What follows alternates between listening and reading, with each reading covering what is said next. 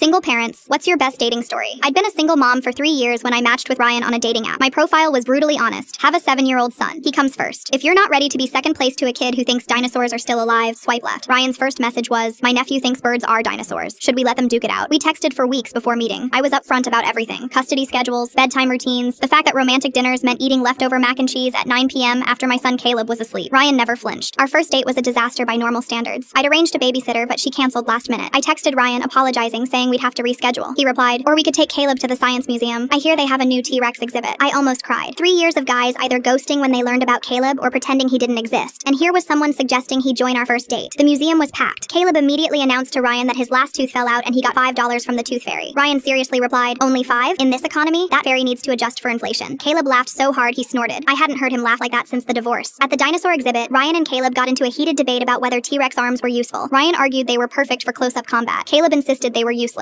They acted out different scenarios. Ryan pretending to be a T-Rex trying to make a sandwich with tiny arms. Other parents were staring, but not in a bad way. Then disaster struck. Caleb got overwhelmed by the crowds and had a meltdown. Full screaming, crying, the works. Other parents gave me those judging looks. I was mortified, trying to calm him while apologizing to Ryan. Ryan knelt down to Caleb's level. Hey buddy, it's really loud in here, huh? Want to see something cool outside? He led us to a quiet spot in the museum garden. Then he pulled out his phone and showed Caleb a time-lapse video of clouds moving. When I feel overwhelmed, I watch this. See how the clouds just keep floating no matter what? That's what we need to do. Just keep floating. Caleb watched, mesmerized, slowly calming down. Within 10 minutes, he was asking Ryan about different cloud types. That's when I knew Ryan was different. We dated for 6 months before he met my ex-husband during a custody exchange. My ex, trying to mark territory, made a snide comment about Ryan being Caleb's new daddy. Ryan calmly replied, no, Caleb has a dad. I'm just hoping to be his friend who happens to love his mom. My ex had no response. Caleb piped up, and he knows all the dinosaur names, dad, even the hard ones. A year in, Ryan moved in. I was terrified. Living with someone who wasn't Caleb's father felt like betraying both of them. The first morning, I woke up to find Ryan and Caleb in the kitchen. They'd made a blanket fort and were eating cereal inside it, discussing whether aliens existed. You're up early, I said to Ryan. Caleb says Saturday mornings are for cartoons and sugar cereal, he replied. House rules are house rules. 2 years later, Ryan proposed. Not to me, to both of us. He took us to the museum where we'd had our first date. In front of the T-Rex, he got on one knee and pulled out 2 boxes. A ring for me and a compass for Caleb. Caleb, he said, I want to marry your mom, but only if you're okay with it. This compass is my promise to you. I'll always help you find your way, but I'll never try to replace your dad. Caleb studied the compass seriously, then asked, will you still make pancakes on Sundays? Dinosaur shapes? Obviously. Then okay. We got married last spring. Caleb was Ryan's best man. During the reception, my ex actually pulled Ryan aside. I was worried until I saw them shaking hands. Later, Ryan told me my ex had thanked him for being good to Caleb, but here's my favorite part. Last month, Caleb had to do a school project about his hero. I assumed he'd pick his dad or a sports star. Instead, he stood up and talked about Ryan, not as his stepdad, but as the person who showed me that families can grow bigger and still have room for everyone. Ryan cried when he saw the presentation video. So did I. So did my ex-husband's new wife, surprisingly. Dating as a single parent is mostly horror stories, but sometimes you find someone who doesn't just accept your kid, they choose them, wholly and completely, tiny T-Rex arms and all.